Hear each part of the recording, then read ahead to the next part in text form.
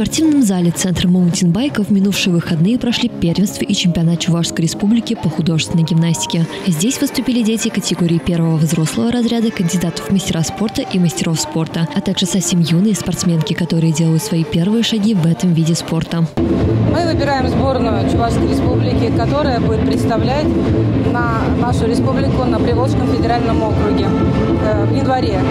У нас сегодня более 100 участников. Все участники – представители нашей республики, разных клубов. В Чувашской республике на сегодняшний день 6 клубов, занимающихся художественной гимнастикой. Желающих заниматься этим видом спорта немалое количество. Сейчас этот женский вид спорта принимает обороты в развитии и берет пример с ведущих регионов Приволжского федерального округа. Мы занимаемся уже не первый год.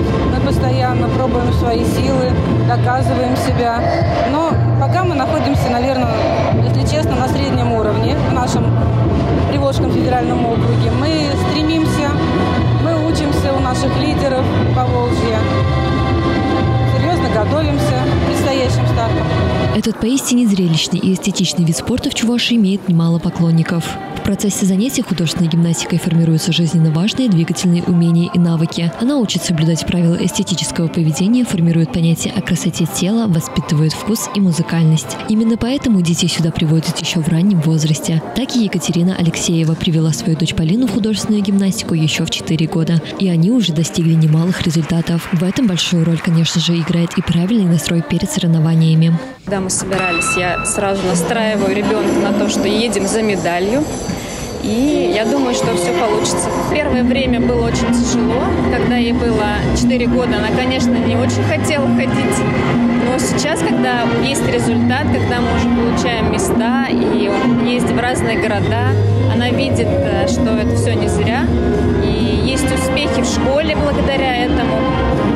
Конечно, сейчас с удовольствием ходим.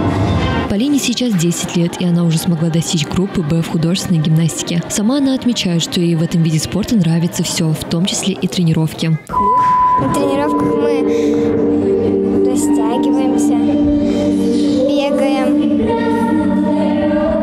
делаем свои упражнения. Мне нравится заниматься художественной гимнастикой, потому что здесь очень красивые костюмы, и это полезно для здоровья.